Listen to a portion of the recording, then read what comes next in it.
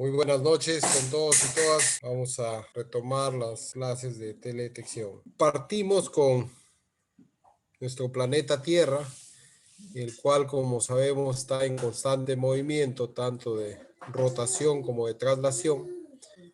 Entonces, como fuente de energía principal para la teledetección es la radiación solar, ¿no? Por cuestiones de escala, ¿no? O sea, si nosotros quisiéramos hacer teledetección en un ambiente cerrado, tal vez se podría decir la fuente de energía es el foco, es la luz eléctrica, etc. Pero cuando hablamos de la Tierra, en todo su contexto, es la energía solar, digamos, la fuente principal. El Sol se puede considerar casi un cuerpo negro perfecto que emite radiación a una máxima eficiencia. Entonces, esto si queremos llevar los matemáticos a la ecuación, pues es la ecuación de Max Planck la que define la energía, ¿no? Entonces, la temperatura en grados Kelvin, una constante, y todo esto nos permite determinar cuánto es la energía que se recibe por una determinada área de la Tierra, ¿no? Entonces, dentro de estos valores está la longitud de onda, la temperatura, las cuales pueden estimarse para determinar la energía. El efecto del Sol en la Tierra se comporta como en un cuerpo negro que genera un flujo energético, pues donde la longitud de onda está dado por K entre T, ¿no? Y K es una constante, bueno, y T la temperatura en grados Kelvin, ¿no? Esto determina la longitud de onda. Y todos estos datos que les estoy mostrando están relacionados un poquito con lo que va a venir después para entender de qué cómo es el comportamiento de la reflexión de la energía y por ende de todo lo que es la teledetección. Entonces, miren, la longitud de onda, cuando es a altas temperaturas como 6000 grados Kelvin, ¿no? La longitud de onda es de 0.483 nanómetros. Ese es, digamos, cuando sale prácticamente de la corona del Sol, ¿no? Muy pegado al Sol. Pero cuando ya esta llega a 300 grados Kelvin a la Tierra, esta misma energía ya cambia su longitud de onda y es mucho mayor, ya puede ser 9.66 nanómetros, ¿no? Entonces, en otras palabras, la longitud de onda en el gráfico se puede apreciar, va cambiando, digamos, en función a la temperatura y la misma que tiene su correspondencia con la distancia, ¿no? Entonces acá una gráfica para un poquito entender cómo es la radiación respecto del Sol a la Tierra. Entonces hay una transmisión de radiación a velocidad de la luz, cuando esta es perpendicular, es directa, y en la Tierra, al impactar esta energía, un poco se refleja, ¿no? Como reflexión de radiación de onda corta, otro poco se emite como onda larga, ¿no? Otro poco es transmitido, digamos, al mismo cuerpo, que finalmente lo va perdiendo como emisión de radiación de onda larga, ¿no? Y bueno, al Sol se lo considera pues una fusión termonuclear que hasta hoy no se ha podido decir si va en aumento, va en disminución, pero que está ahí, ¿no? Está ahí dándose constantemente como una hoguera, ¿no? Y el tiempo que nosotros hacemos el análisis o el tiempo geológico, pues es muy poco para poder determinar si esto va en aumento o va en disminución, ¿no? Algunos científicos plantean hipótesis de que es una estrella que va en crecimiento, otros que va en decadencia. Que es que para afirmar, confirmar una hipótesis de estas, se necesitan miles de años de medición para ir determinando si la energía que vamos recibiendo en la Tierra en promedio es más o es menos. Características de las ondas electromagnéticas. Se dice que está compuesta por dos vectores, uno es el eléctrico y otro es el magnético. Como ya se conoce, la energía no solamente es calor, no solamente es temperatura, no solamente es luz. También las ondas traen electromagnetismo. Entonces, eso ha permitido en los últimos años determinar otras magnitudes, ¿no? Que incluso difieren. Antes, pues muchos que todavía hemos estudiado la secundaria hace unos 15, 20 años, nos enseñaba que la máxima velocidad conocida es la velocidad de la luz, ¿no? Hoy se conoce que hay partículas electromagnéticas que viajan a mayor velocidad, ¿no? Entonces, todo un tema de el electromagnetismo, ya no solamente con el factor de la electricidad, sino de este otro factor. Acá un cuadro más o menos de cómo es que la longitud de onda, la radiación, impacta en el espectro electromagnético. Al tener mayor longitud o menor longitud de onda, es que se tiene diferentes, desde colores hasta características de la luz. Por ejemplo, cuando la longitud de onda es muy corta, estamos hablando de una luz ultravioleta, violeta, rayos X. Hay un rango que aproximadamente va de 450 a 700 nanómetros, que se trata de la luz que nuestro ojo humano puede distinguir, puede apreciar, ¿no? Y es la gama de colores que nosotros podemos detectar y que incluso una cámara convencional también lo hace. Pero hay energía, como los infrarrojos cercanos, el infrarrojo lejano, que tienen mayores longitudes de onda. Entonces, esas no los podemos ver, pero sí con la teledetección y con cámaras especiales se puede ver esta longitud de onda. Entonces, en forma gráfica, si queremos más o menos darnos una idea, miren, ese sería todo el espectro electromagnético, desde la luz ultravioleta hasta el infrarrojo, ¿no? Entonces, la luz ultravioleta más, cada vez que nos vamos a la derecha en la diapositiva, vamos a encontrar los rayos X, los rayos gamma. Entonces, los rayos X, por ejemplo, tienen la capacidad, sabemos, de penetrar hasta nuestro organismo. Y pues ahora las utilidades que se le ha encontrado es múltiples, ¿no? Para detectar enfermedades, por ejemplo, en nosotros mismos. Los rayos gamma aún son más de onda corta, más pequeña, pero que tienen mayor capacidad, digamos, no solamente ya de traspasar cuerpos, sino incluso de hacer laceraciones, ¿no?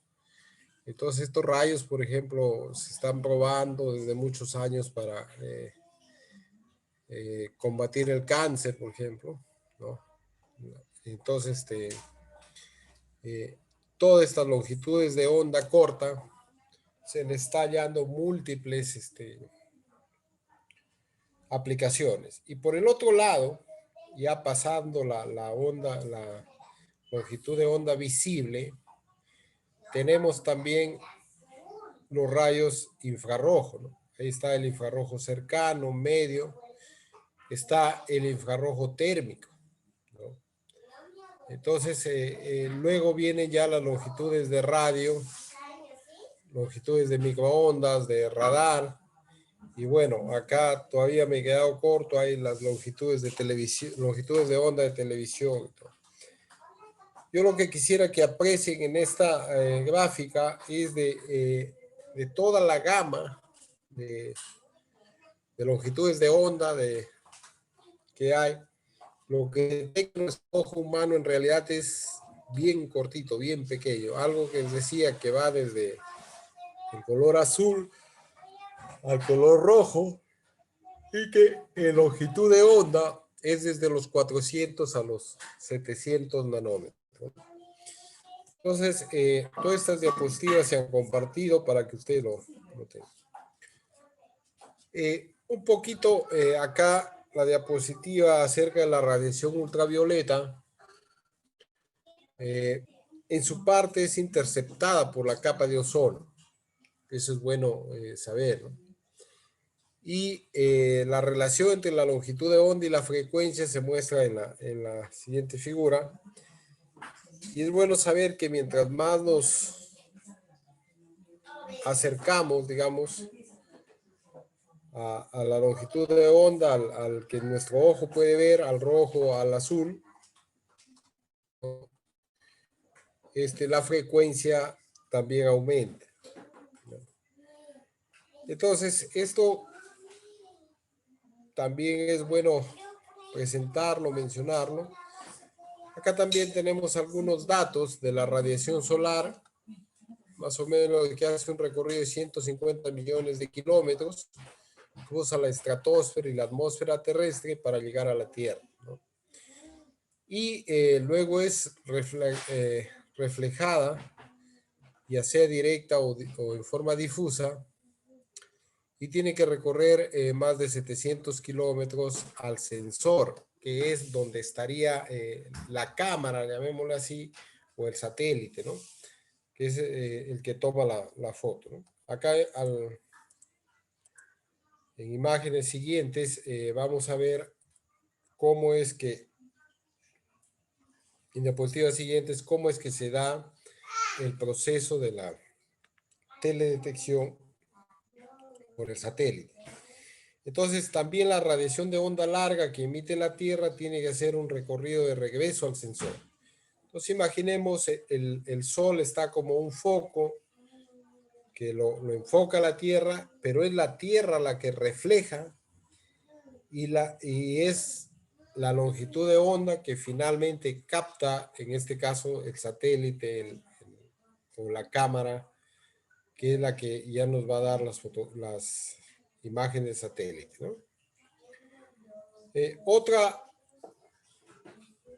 Otro parámetro a tomar en cuenta, ¿no?, es que gran parte de esta radiación, o no toda la radiación es reflejada, o sea, la Tierra no actúa como la Luna. Por ejemplo, la Luna es un espejo, ¿no? Toda la energía que le llega lo refleja. Pero en el caso de la Tierra no es así. Gran parte lo absorbe o es necesario para que se dé el proceso de fotosíntesis y la vida en sí en la Tierra. Entonces esto está condicionado también a si es tomado por un tipo de planta, animal o algún cuerpo de agua, etcétera. Entonces, si el rayo incide en uno de estos cuerpos, la reflectancia es diferente, ¿no? Y vuelvo a decir, alguna de esta energía también es necesaria para que se dé el proceso de fotosíntesis. Y esos fenómenos es lo que nosotros tratamos de interpretar, nosotros tratamos de analizar con las imágenes satélite, ¿no? Entonces, hay casos donde estas imágenes obviamente se ven distorsionadas porque es la reflexión la que nosotros registramos en los satélites, ¿no? Entonces, hay difusión de la radiación por diferentes tipos y se produce pues por fenómenos de nubosidad, fenómenos de polvo que hay en la atmósfera, humedad, etc. Bueno, ahí se explica un poco más, estas diapositivas se han quedado ya más de una clase de fisiología vegetal, pero está referido a cuáles son las interferencias y muchas veces el problema que tienen las imágenes satélite al registrar la información, ¿no? Lo que después va a ser las imágenes para nosotros. Entonces también acerca de la difusión no selectiva, deben saber que todo no refleja tampoco en la misma dirección, sino esta es a diferentes direcciones y a veces captada por gotas de agua, cristales de hielo y otros cuerpos que están en la atmósfera, ¿no? Poco para tomar la idea de lo que puede hacer una molécula de gas, por ejemplo, con una longitud de onda. Igualmente el humo, el polvo y bueno, la energía como el vapor de agua, ¿no? En el proceso no selectivo. Entonces acá para entender cómo es el fenómeno de reflectancia, por ejemplo, en un cuerpo de agua, en una laguna, entonces el rayo incidente del sol, ¿no? Rebota casi en un espejo perfecto, ¿no? Que sería el cuerpo de agua tranquilo, sin movimiento. Pero también tenemos el caso B, que es un cuerpo de agua ya menos perfecto, donde pues ya tenemos agua en movimiento, caso de los mares, y ahí vemos que la reflexión que hace un rayo incide en este espejo y no todo ya sale en la misma dirección. Entonces ahí ya vemos un poco de energía difusa o que va en otras direcciones. Si esto lo llevamos a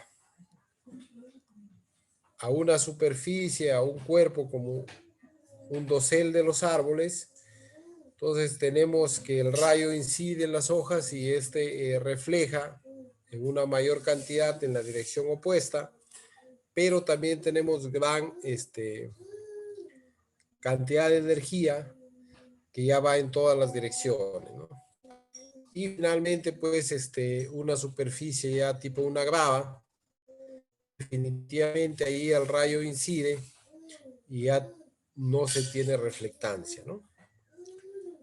Entonces, este es un poquito para entender así en forma gráfica y a grosso modo de cómo se comporta la energía y que nosotros lo vamos bueno, se lo va a registrar en el sensor del satélite y posteriormente se lo va a analizar, ¿no? Bueno, acá algunos datos más acerca de la reflectancia, la región de emisión térmica. Y acá otra vez la forma gráfica de cómo es que se estima y se calcula, se tiene que hacer estimaciones para ver el sensor. Aquí ya se muestra el sensor, digamos, este fenómeno de incidencia de la energía, el rebote y a la vez el sensor que va a captar todas estas, o que va a captar parte de esa energía que después se ve representada en valores en los píxeles y esto lleva a el análisis de lo que nosotros hacemos en el software, ¿no? Entonces la ruta de la radianza al sensor se dice que es la suma de componentes descritos anteriormente, ¿no? Acá. Entonces la radianza total, la radianza directa más la difusa baja más la difusa de ruta. Entonces Pues todas estas radiancias tratan de valorarse y con esta estimar pues los valores ya de lo que registra la imagen de satélite. Bueno, acá en forma aditiva se han puesto algunos otros valores que ahí se lo he hecho incluso en forma figurativa. Otros problemas que suelen presentar es el sombreado. En algunas imágenes ya ahora de alta resolución, a veces la sombra de un edificio cuando no se lo toma en forma tan vertical, es un problema que hay que corregir de alguna manera, ¿no? Igual el relieve, capas densas de polvo, de humo en los incendios, etcétera, etcétera, ¿no? Entonces, imagen de relieve sombreada, por ejemplo, acá están mostrando tanto una imagen, bueno, la gráfica es de un modelo de elevación digital, pero un poco ahí es para hacernos la idea y que veamos la imagen en la que podemos ver que si es verdad que el sol está enfocando de una dirección, pues por el relieve de la Tierra no todo se ve, digamos, con una reflexión en en el mismo sentido. Entonces acá se tiene, por ejemplo, que hay partes de los cerros que a ciertas horas no, no se observa como se debería observar en la otra cara, ¿no? Entonces, sombreado por nubes, también ya muchos que han empezado a trabajar las imágenes satélite y bueno, desde los modelos, han podido notar que la nube es en este caso un problema, se podría decir, porque hay procesos para corrección de nubosidad siempre que este no sea muy alto en cuestión en relación al porcentaje total de la imagen, ¿no? Pero eso se da y bueno, es también algo a tener en cuenta, ¿no? Eh, imágenes de los mismos lugares que presentan diferentes sombreado en diferentes épocas del año. Sobre esto también hay que eh, aclarar algunas cosas, como en todas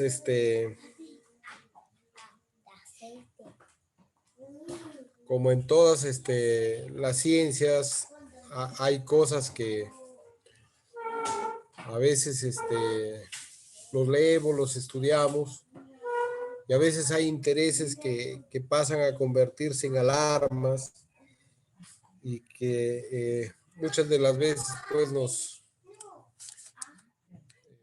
preocupan, nos llaman la atención, ¿no?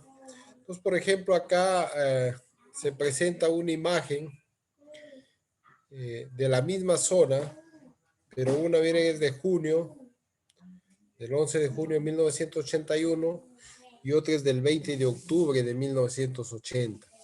Si nosotros esto lo hacemos un análisis, es muy probable que así no haya habido procesos significativos de deforestación y todo eso, tengamos datos muy diferentes, ¿no?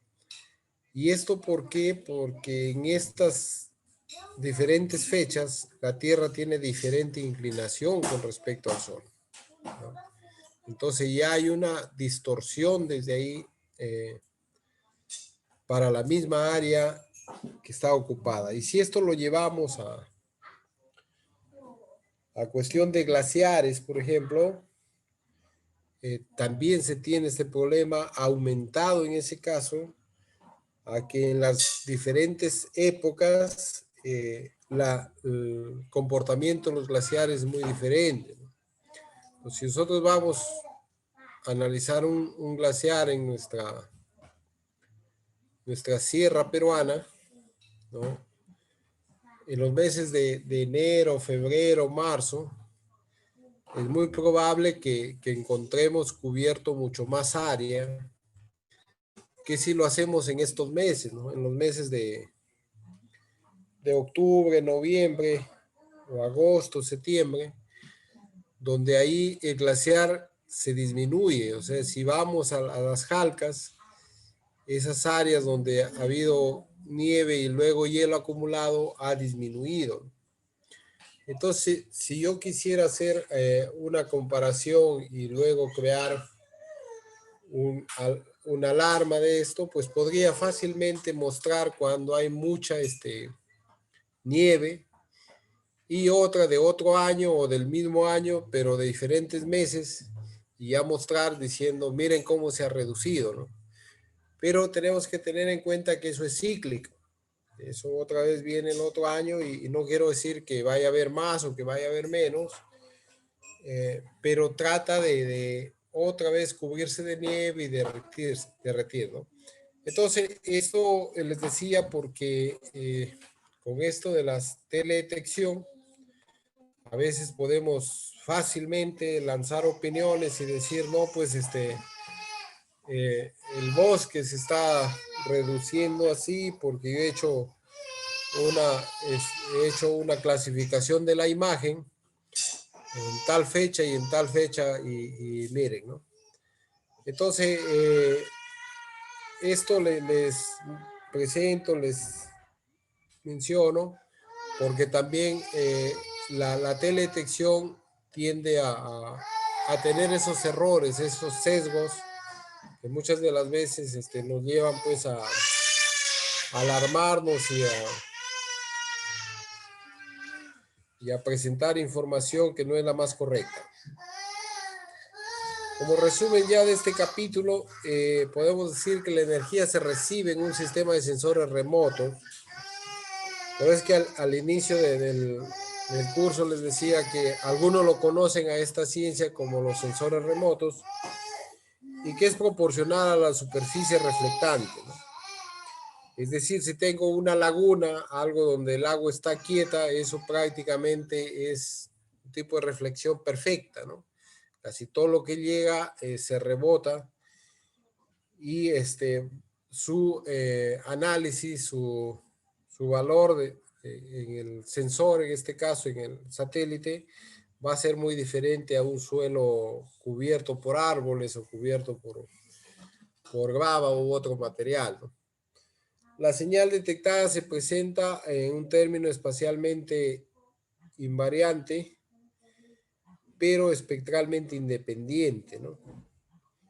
Porque también les mencionaba con un sesgo a una constante debido a la difusión atmosférica de la región. Existe un acoplamiento entre la superficie y la atmósfera. Hay una interacción como una fusión de la superficie reflectante y la emisión térmica y de la topografía. Entonces, todas estas cosas que pueden sonar un poquito abstractas, tratemos de entenderlo, sobre todo el espectro electromagnético y cómo el comportamiento de todas las bandas que se conoce cuando ustedes bajan las imágenes satélite. Cada una de esas bandas va registrando un rango del espectro electromagnético. Es decir, no hay una sola banda que tome desde los 400 a los 750 milímetros o más allá, ¿no? Que vaya desde los rayos ultravioleta hasta los rayos, hasta las ondas de radio. Son diferentes los sensores, como la capacidad de la cámara, los lentes, para ir tomando cada una esto. Por eso es que hay en la Sentinel-2, por ejemplo, hasta 13 bandas, que son imágenes que se toman en estos espacios de longitud de onda, ¿no? Entonces habrá una pues que tome, por ejemplo, de la 400, no sé, a la 450, otra de la 450 a la 550, así, por ejemplo, hay por ahí una banda térmica que estará fuera de este rango visible. Entonces, pero todas hacen la composición de la imagen de satélite que vamos a ver posteriormente en otras diapositivas, cómo es que hacemos uso de cada una de esas, ¿no? De esas bandas y para qué los vamos aprovechando. Entonces, esto yo consideraba que era necesario compartirles, porque la idea acá tampoco no es que nos volvamos mecánicos en bajar la imagen, en hacer la firma espectral, en llegar a un mapa y ya, ¿no? Porque si alguien nos pregunta, oye, pero ¿qué mides o qué puedes hacer con la imagen? No sé, yo lo que sé es hacerlo. Y eso es bueno y también a veces nos crea dificultades y es lo que nos critican muchas veces los colegas que bueno, ya no han estado en esto y que tenemos que tenerlo claro nosotros, el fundamento para poder hacer entender, para poder dejarnos explicar y mostrarles, ¿no? De que esto no es un invento, no es algo que no sirva, porque lo más común que se van a encontrar es que ustedes les digan, no, no, eso no vale, no, no, para mí una reforestación anda y mide el terreno, pues se imaginan medir un terreno pues con winch y jalones, pues, que tiene varios miles de hectáreas, eso ya es impensable a estas alturas, ¿no? Pero con estas técnicas de teledetección se lo puede hacer, pero hay que tener el fundamento, hay que tener la capacidad de decirle, mira, sí es útil, porque no es que tú dices que yo me lo invento, ¿no? Por ejemplo, ahora se ha hecho muy famoso, dicen los ingenieros de Google, dicen, ¿no? Que uno se siente en la computadora y lo hace, pero no se trata de eso, ¿no? Sino que estamos aprovechando algunas condiciones. Por ejemplo, este es un tema, muchos de los colegas no me dejarán mentir, que se trata en fisiología vegetal, ¿no? Las longitudes de onda y cómo es que las plantas absorben cierta longitud de onda y otras obviamente la reflejan. Entonces, en todo eso está basado y que ahora pues se cuenta con sensores que tienen la capacidad de estar instalados a mucha altura, 600, 700 kilómetros de altura, y es desde ahí, desde donde se está tomando estas fotos, estas imágenes, que nos sirven pues para hacer nuestras estimaciones eh, de áreas cubiertas por vegetales, áreas cubiertas por agua, cuerpos de agua, áreas cubiertas por suelo, etcétera, ¿no? De lo que es el ArcGIS en sí, permítanme compartirles otra presentación. Es darles un tanto el fundamento de cómo es que opera la teledetección. Entonces, por ejemplo, teledetección de la vegetación. Entonces ahí en forma muy ilustrativa, simbólica, está pues el cultivo, está la fuente de energía, que en este caso está representado por el sol, y para la red, lo que va a reflejar el cultivo está el sensor, ¿no? Un satélite ahí medio burdo dibujado, y ese es, digamos, el fundamento de esto, ¿no? Cuando nosotros vemos que el rayo incide en la vegetación, decíamos que no todo lo refleja, ¿no? Sino gran parte es consumida por esta planta en el proceso de fotosíntesis. Entonces, para todos los colegas que son forestales y agrónomos acá, esto no debe ser ajeno, ¿no? El proceso de fotosíntesis es pues que agarro moléculas de agua, moléculas de CO2, y con la energía luminosa soy capaz de producir el C6H12O6, que es inicialmente la glucosa y luego las azúcares y finalmente los almidones. Y moléculas de oxígeno que por la ecuación de redox salen de este proceso y se liberan al espacio. Entonces, esta famosa fórmula química y el proceso se dice que sustenta toda la vida, ¿no? Si esto no se diera, no hubiera cómo pasen moléculas inertes químicas como el CO2, el agua, pase a esta molécula que es ya el producto de la fotosíntesis y es la necesidad de que se dé el crecimiento de las plantas, los animales y toda la vida en sí. Entonces, al final se dice que la fotosíntesis es un proceso para almacenar energía que mayormente se da en las hojas de las plantas y lo que les decía, ¿no? En base a CO2 y en base al agua, todo dentro de una sustancia llamada clorofila. Acá algunos datos que acerca de la luz, cómo incide para provocar ese fenómeno. Entonces, en forma gráfica, nosotros podemos ver que no toda la longitud de onda, no todo lo que nos llega de energía es para. Entonces, no todo lo que llega como energía es aprovechado por esta fotosíntesis, ¿no?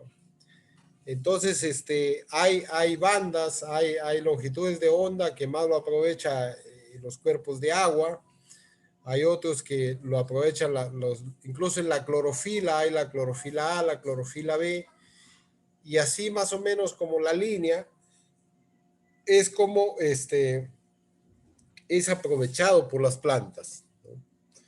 Entonces, lo que no se aprovecha es lo que se refleja. Entonces, bajo esta lógica, ahí tenemos una representación de la célula y lo que sería, digamos, la forma, cómo se acumula, cómo se transforma esta energía y se almacena en las plantas, ¿no? Entonces ahí esta diapositiva también ha sido compartida con ustedes para un poco tener la idea y ver cómo es que se da estos procesos de la absorción de la energía en los diferentes, en las diferentes partes, especialmente las hojas de las plantas, ¿no? Entonces ahí está la longitud de onda en la parte del eje de las X y en el eje de las Y un poco la reflectividad. Y acá es bueno que ya ustedes me habrán escuchado decir el falso color, porque acá hay una cuestión casi de lógica que en esta gráfica podemos analizar. Miren, dice lo que mayormente absorben las plantas, por intermedio de las hojas, es la longitud de onda visible. O sea, la que va de 0.4 a 0.5 manómetros o de 400 a 500 manómetros. Y luego ya un poco menos lo que es la estructura de la hoja. Y lo que acá siempre trato de decirlo, ¿por qué decimos el falso color? Porque dice que si un cuerpo es capaz de absorber, por ejemplo, mucha longitud de onda verde, ¿no? Una hoja es capaz de absorber la longitud de onda que para nuestro ojo es verde. Lo que refleja es todos los colores menos el verde, porque se lo absorbe. ¿Me cuenta? Entonces, digamos que a veces nosotros decimos, ese cuerpo, esa planta es verde. Y desde el punto de vista de la reflectancia estaría mal dicho, porque verde es lo que refleja. Es el color que menos absorbe, ¿no? Si vemos un tomate que es rojo, todos los colores los está absorbiendo, menos el rojo, el que lo está reflectando. Entonces, por eso es que siempre en tema es que decimos, vivimos engañados, ¿no? Porque a veces vemos una cosa que es rosa y eso lo está reflectando. El cuerpo está absorbiendo las otras longitudes de onda. Entonces acá en estas diapositivas van a encontrar un poquito más la explicación acerca de eso. Por ejemplo, cuando hablamos de los carotenos, de las clorofilas y de todo lo que son colores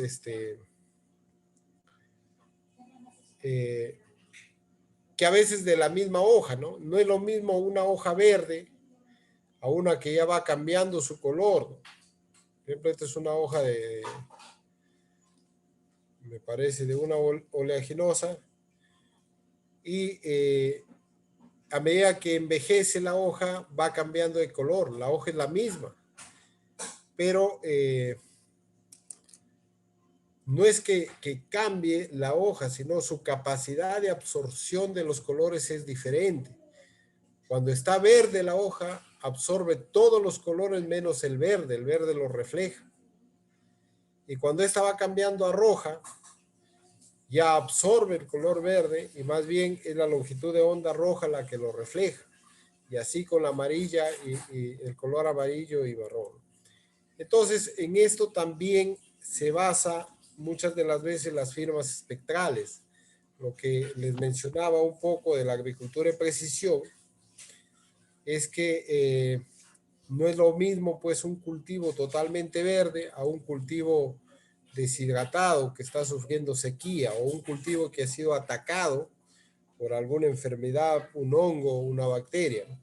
Entonces ahí es diferente el color y por lo tanto diferente la reflectancia.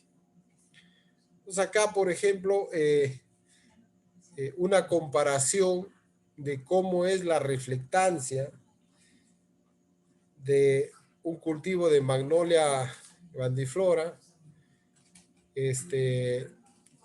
cuando está al 100% hidratado es lo que podemos ver que está sombreado, pero cuando esto va bajando su humedad, su reflectancia es mayor, es decir, hay menos absorción de energía y más reflejo hacia el espacio.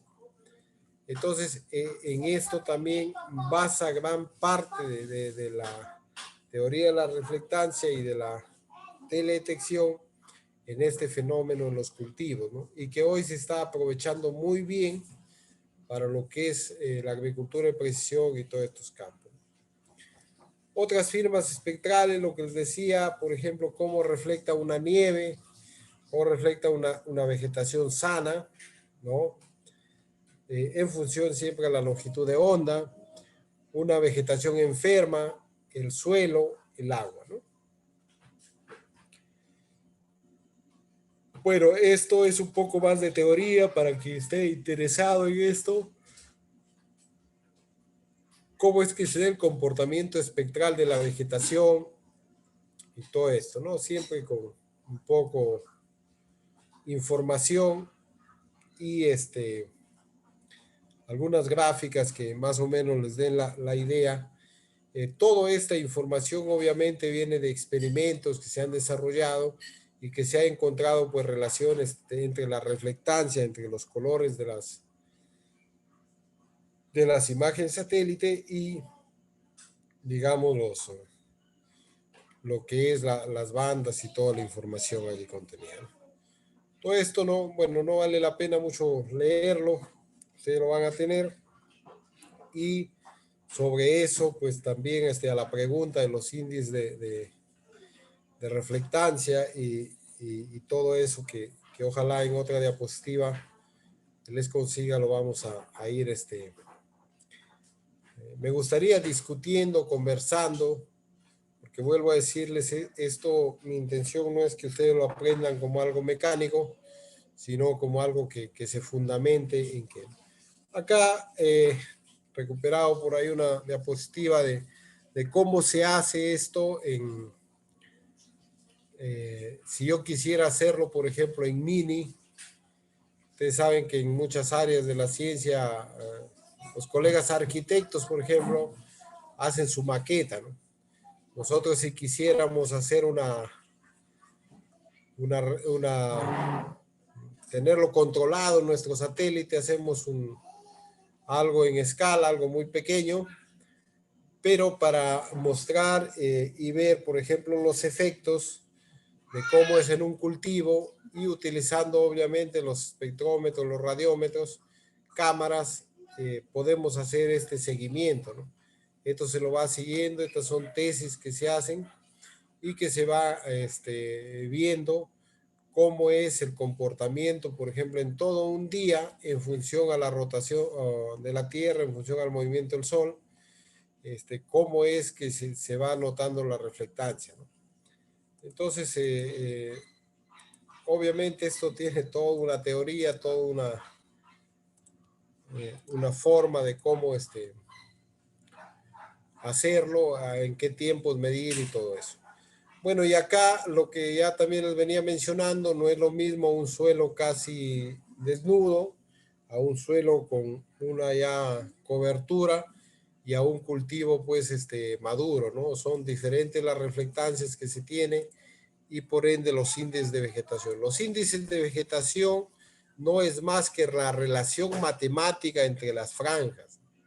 Por ejemplo, tenemos el más famoso, que es el índice de vegetación normalizado o el NDVI, que no es más que la división entre la suma de la banda roja con la infrarroja, que es la banda 3 con la banda 7, entre la resta de la banda roja entre la infrarroja. Entonces es una cuestión que en el software lo vamos a ver y lo que hace es darnos valores siempre menos a 1, ¿no? Entonces es como los valores absolutos que nosotros conocemos, lo llevamos a valores relativos o a valores de porcentaje. En eso más o menos se basan los índices, ¿no? Para hacer una comparación burda, así por ejemplo, ¿por qué dicen que el Perú es el país que menos ha manejado o menos ha logrado manejar lo de la pandemia? Pero tú dices, pero ¿cómo puede ser posible si en Perú solo ha habido 30,000 muertos y en México ha habido más de 50 o 60,000 muertos? Pero te dicen, en Perú solamente hay 30 millones o 35 millones de habitantes. Y en México ya pasan los 115 millones, ¿no? Igual en Estados Unidos, su población es superior a los 300 millones. Entonces, cuando hacen el análisis ya en porcentaje, cuánto por ciento en comparación a la población, pues resulta que nuestro país está entre los más afectados por número de habitantes, ¿no?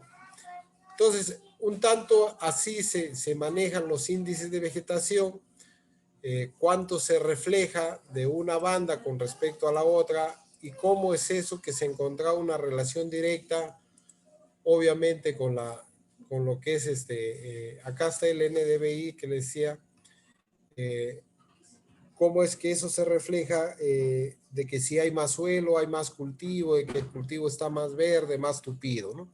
O sea que hay una regresión, por ejemplo, entre la banda roja y la infrarroja, y bueno, esta línea que la marca en la línea del suelo. Mientras haya más reflectancia del infrarrojo, ¿no?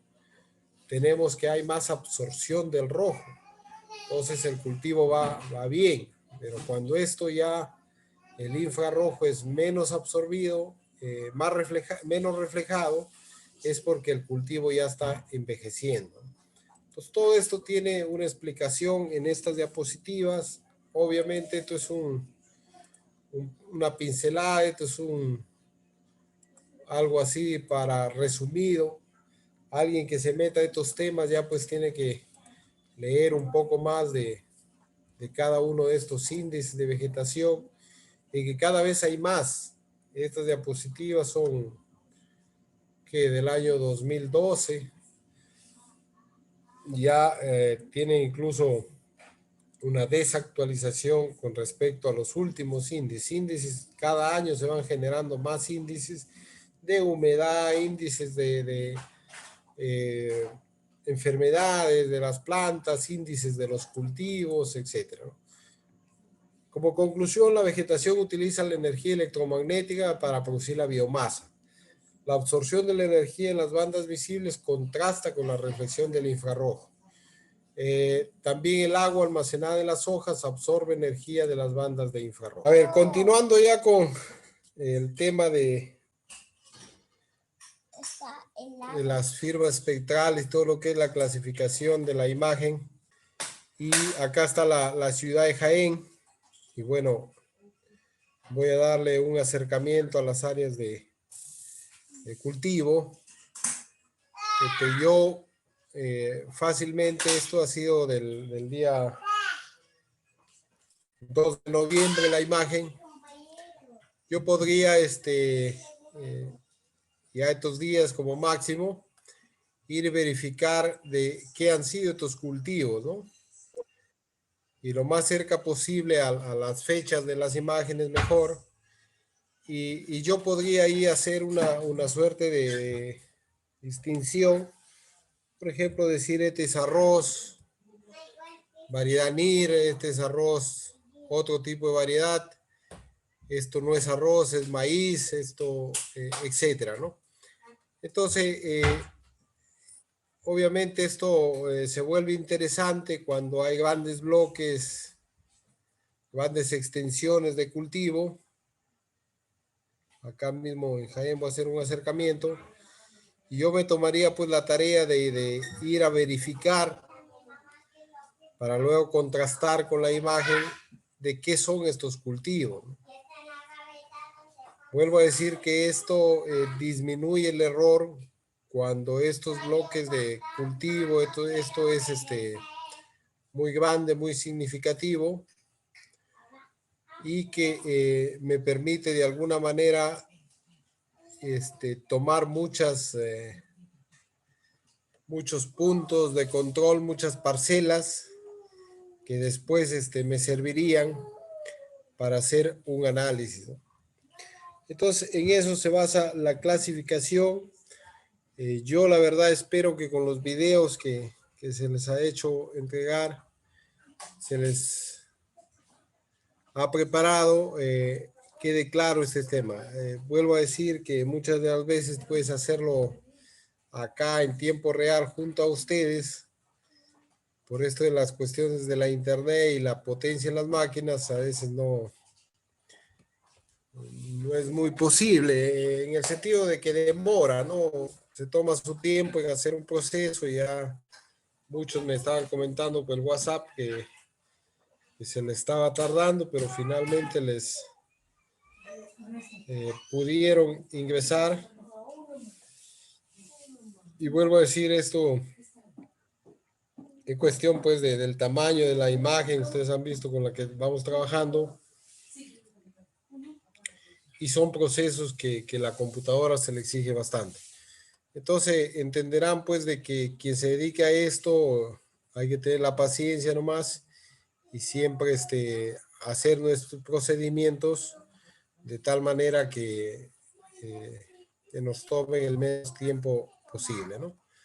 Entonces vamos a seguir con las imágenes satélite para la próxima sesión, no esta. Les ofrezco prepararles un video antes de lo que es los índices tipo el NDVI y otros índices de vegetación. Pero por ahora vamos a tocar otro tema igual de interesante y que también se lo considera ya parte de la teledetección. Hoy también envié unos, bueno, aparte de las diapositivas, les hice llegar un PDF. Un PDF,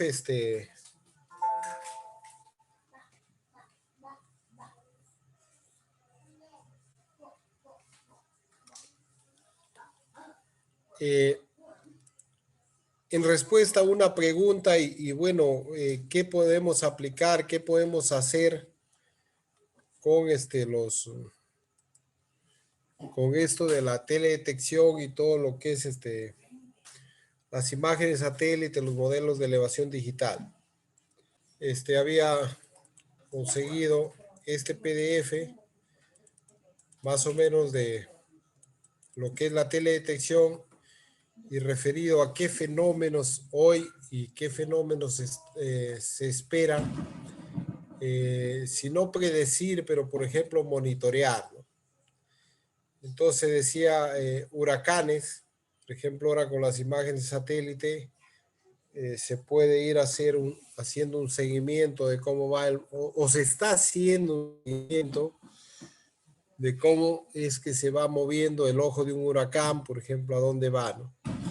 Entonces la única tarea que se dan estos amigos meteorólogos y otros especialistas es bajando las imágenes interdiarias, diarias en algunos casos, y calculando, por ejemplo, cómo va avanzando un huracán, ¿no? También es para los volcanes, ¿no? Las inundaciones, el impacto de los terremotos, porque no con esto quiero decir que las imágenes nos permitan predecir, pero sí muchas de las veces se logra ver, clasificar cuánto ha sido el impacto en una zona, ¿no? Deslizamiento de ladera, ¿no? Geoformas naturales como tormentas de arena, geoformas, ríos, masas de agua, glaciares, comentábamos, impactos ambientales, ¿no? Como la ocupación del suelo en el mundo, procesos de deforestación, incendios, desecación de masas de agua, eutrofización de masas de agua, el proceso de urbanización en el mundo, vertidos de petróleo, miren, en el mar, guerras y terrorismo también, actividades mineras, grandes infraestructuras. Entonces acá en este PDF, bueno, ese es el índice, ustedes lo van a encontrar. La teoría, van a ver también la historia y la teledetección, cómo ha ido desde los años 1859. Miren, ya se hacían intentos con las primeras cámaras fotográficas, en subirlo en globos y tener esta información, ¿no? Pues tiempos actuales, ¿no? Donde ya estamos con los satélites, ¿no? Pues van a encontrar bastante información de la teledetección, de lo que son bandas, en las imágenes satélite, las imágenes, información. Yo lo considero bien importante para darse una clavada ahí, por ejemplo, y entender más todo esto de lo que estamos haciendo y lo que estamos llevando, ¿no? Entonces, cada uno de los temas está resuelto, sí, pues ampliado en varias páginas, varios capítulos que ustedes pueden revisar y si están metidos, están trabajando en estos temas, entender cómo se podría hacer, ¿no? Entonces eso también lo he compartido. Lo que estaba por compartir, pero parece que no se ha hecho, tenía un Excel con data de las estaciones meteorológicas conocidas, para lo cual vamos a hacer uso de alrededor de 30 estaciones meteorológicas con su respectiva ubicación en el eje de coordenadas latitud longitud, que también podría ser en el eje de coordenadas UTM. En este caso todas están en UTM zona 17 sur. La idea es de esta data, que es precipitación mensual de enero a diciembre, y el total, desarrollar mapas de precipitación media, precipitación promedio para una zona determinada. Entonces, lo primero que hacemos es guardar este archivo que ya ha sido trabajado. Obviamente aquí están las diferentes estaciones. su nombre de la estación, su código y están sus coordenadas. Vuelvo a decir, latitud, longitud en grados y también en UTM. También está su altitud, bueno, el tipo de estación y la cuenca donde se encuentra.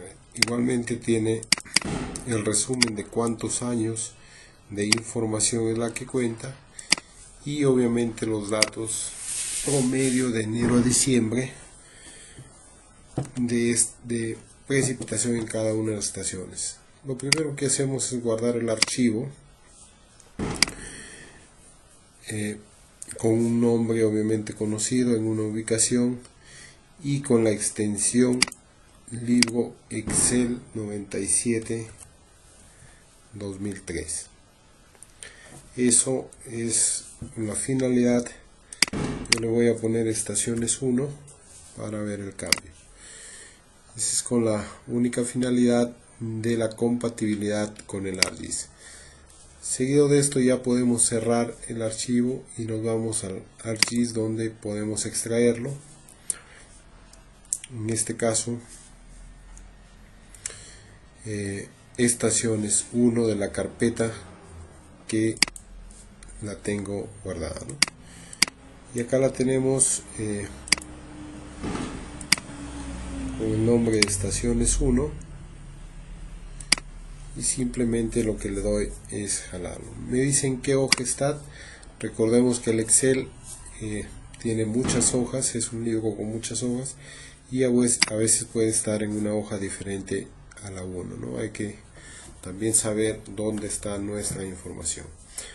Pasado esto, debemos saber que ya lo tenemos acá en la tabla de contenidos, la tabla.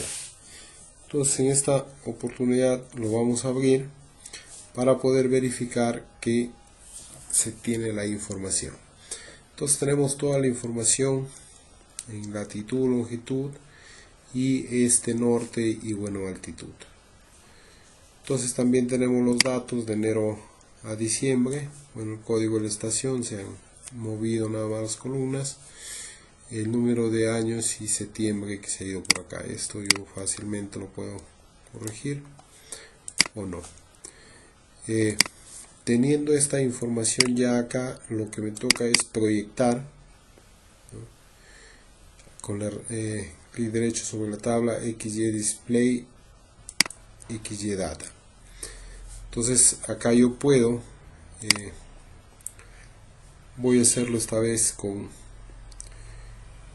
norte, este y bueno, altitud, ¿no?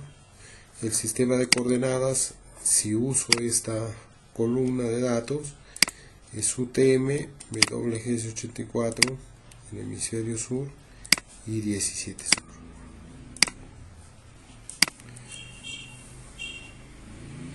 Bueno, y ahí tengo las estaciones meteorológicas ya proyectadas, ¿no?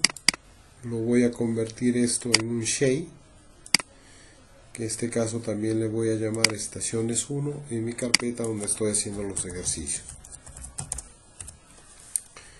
Esto, vuelvo a decir, es con la única finalidad de empezar a hacer un mapa ya tridimensional. Te llamo ahorita.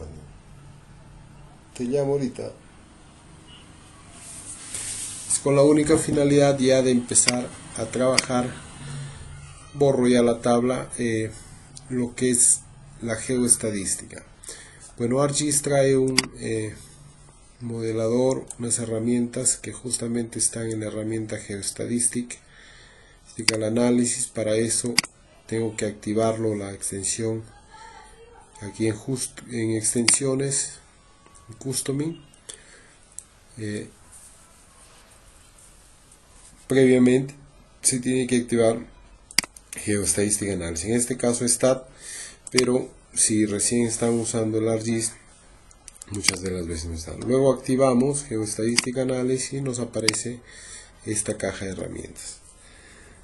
Bueno, con el Geostatistical Análisis es una herramienta poderosa para hacer geoestadística en 3D y acá podemos explorar la data, un histograma rápido.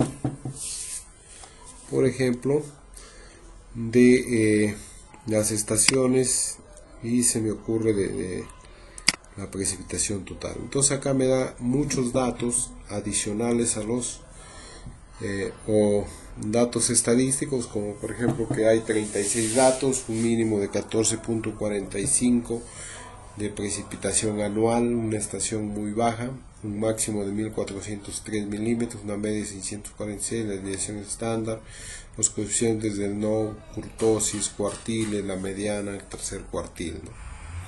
Entonces esta información, y aparte pues tengo todo lo que es una suerte de histograma que en estadística se nos tardaría un poco hacerlo en otro software.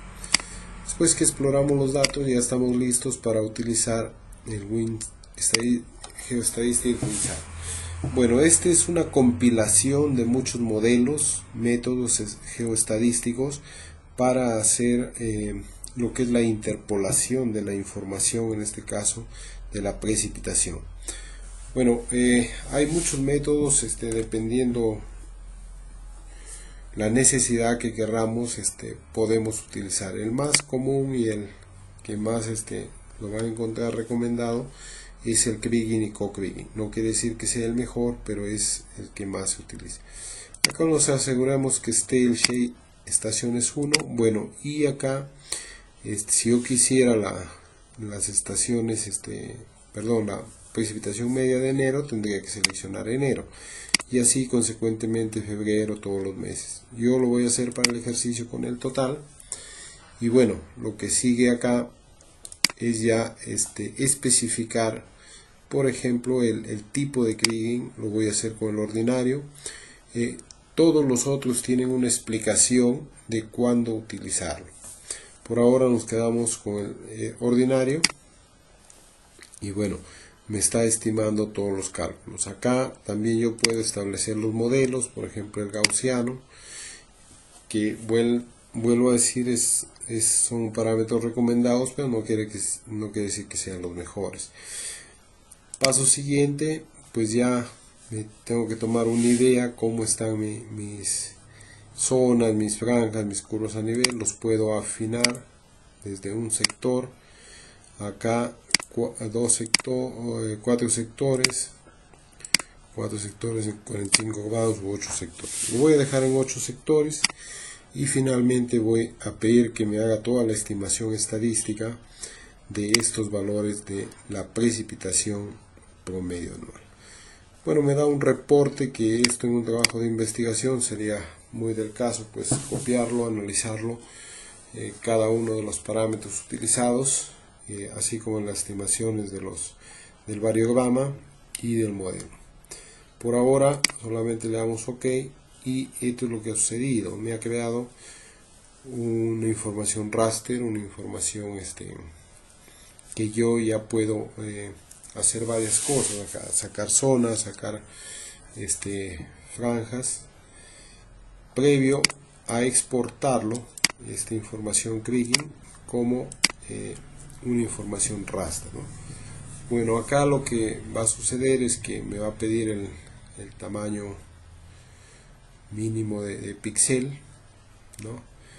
Y bueno, la ubicación donde lo voy a dejar en la carpeta de FAU, porque a veces es uno de los primeros procesos que estoy haciendo y a veces suele no hacerlo.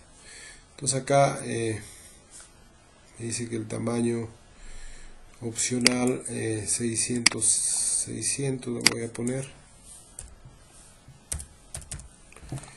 y que lo exporte como Gatel to Grid 1, ¿no? En la carpeta de FAU. A ver, esperemos que no tarde mucho. Y lo que está haciendo, vuelvo a decir, el software es creándome un raster, no lo hizo. Estoy teniendo problemas, a veces no lo exporta, pero ustedes no deberían tenerlo. Entonces vamos otra vez a exportar como raster.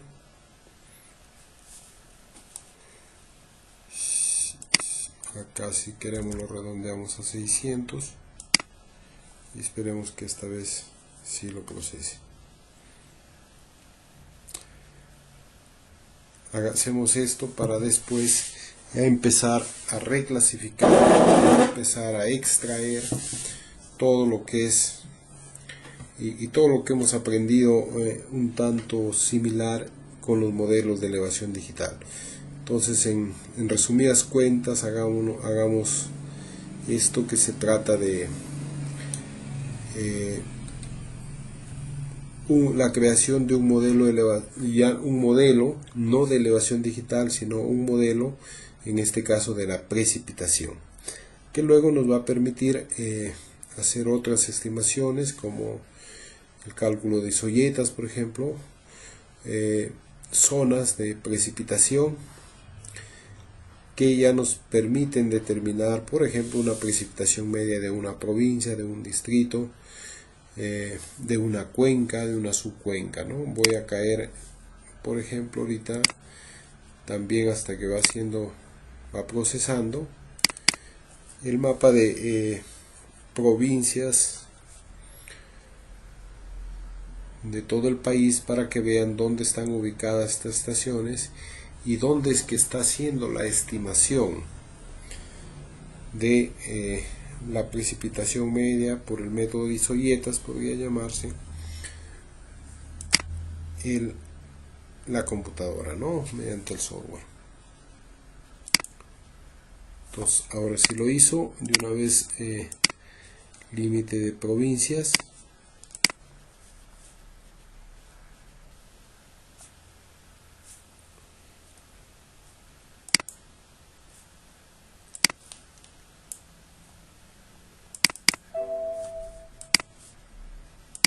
Bueno, acá tengo el problema de que tendría que jalar el límite de provincias, que ya está georreferenciado, está reproyectado a la zona 17 sur. Esperemos que con este no haya dificultades.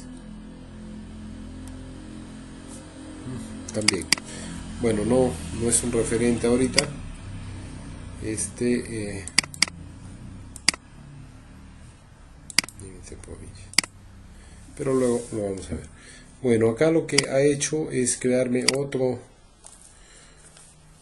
raster, ya donde yo puedo más fácilmente hacer una reclasificación. Por ejemplo, se me ocurre cada 100 milímetros de la precipitación. Entonces ya esto es similar al modelo de elevación digital, vuelvo a decir, y ya acá pues lo único que hago es una clasificación en intervalo definido, por ejemplo cada 100 milímetros. Entonces acá los colores son manejables, están en función a la que yo estime. Voy a ponerle el nombre de las estaciones para más o menos ubicarme y ver dónde es que tengo ubicados mis estaciones meteorológicas y cómo es que se da el comportamiento de la precipitación en parte de nuestro territorio nacional. Estas estaciones son el norte del país y ahí los pueden ver, ¿no? Estas estaciones, por ejemplo, están en Puerto Chicama, están en Cherrepe, todo lo que es la costa peruana. Ya estas otras están en el cambio, están por ejemplo en Chilete, Cascas, Callancas, etcétera. Y estas ya de Quilcate, por ejemplo, la Augusto Benbauer, que está en Cajamarca, en la universidad, la Yapa, San Pablo, San Miguel, esta zona es la Granja Porcón, que es la zona donde más precipitación tenemos, ¿no? Cerca de los 1200 milímetros, mientras que en Puerto Chicama pues estamos bajo los 100 milímetros. Entonces con esto vuelvo a indicar que ya yo puedo hacer todos los otros procedimientos que hemos ido viendo, como por ejemplo la reclasificación, ¿no? Reclasificación cada 100 milímetros de la precipitación. Nada más necesitaría ingresar el raster ya reclasificado y bueno, hacer todo esto hasta llegarlo a lo que es un shade y determinar cuánto es la precipitación media. ¿Cómo así? Determinando cuánto es el área de cada zona multiplicando por el valor medio y finalmente dividiendo entre el área total de una zona delimitada, obviamente. Entonces, estos son lo que estaba pendiente de cómo hacerlo los procesos. Realmente son sencillos y ya esto va sumando a lo que ya habíamos visto con los modelos de elevación digital. Muchas gracias.